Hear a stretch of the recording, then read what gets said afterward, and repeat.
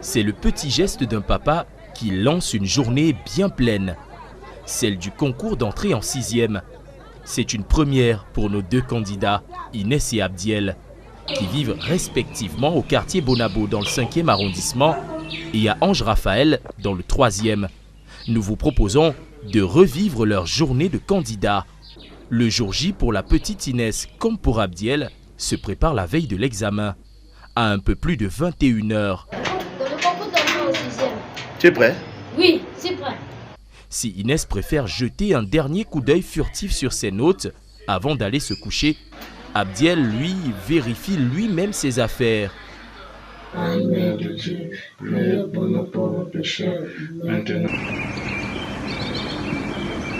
Il est 5 heures du matin.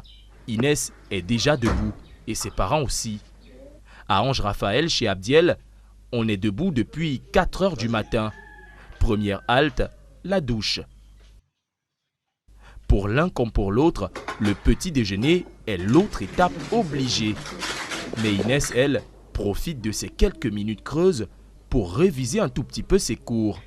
Même les allers-retours de ses parents ne réussissent pas à perturber notre jeune candidate. Pour l'un comme pour l'autre, c'est l'heure du petit déjeuner. À peu près léger, du lait, du pain et des fruits. Pendant ce temps, dernière vérification du matériel du côté d'Inès. Il est 6h30, le jour est quasiment levé. Pour Inès, c'est l'heure. Accompagnée de son papa, direction le lycée d'Aquanor. C'est son centre d'examen.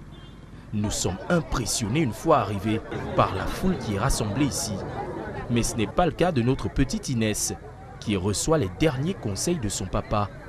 Malheureusement, dans tout ce remue-ménage, nous avons perdu sa trace. Abdiel, lui, du côté du lycée bilingue de Newbell dans le 2e arrondissement, est déjà bien installé dans sa salle. Ils sont plus d'1 millier au lycée d'Aquanor, comme nous le détaille un responsable du centre d'examen. Les épreuves se divisent en plusieurs matières. Notre périple s'arrête donc ici, du moins pour l'instant. La sonnerie retentit. C'est la fin de l'examen et le début d'une toute autre aventure. Au même moment, les 1250 élèves déferlent vers la sortie. C'est la débandade totale.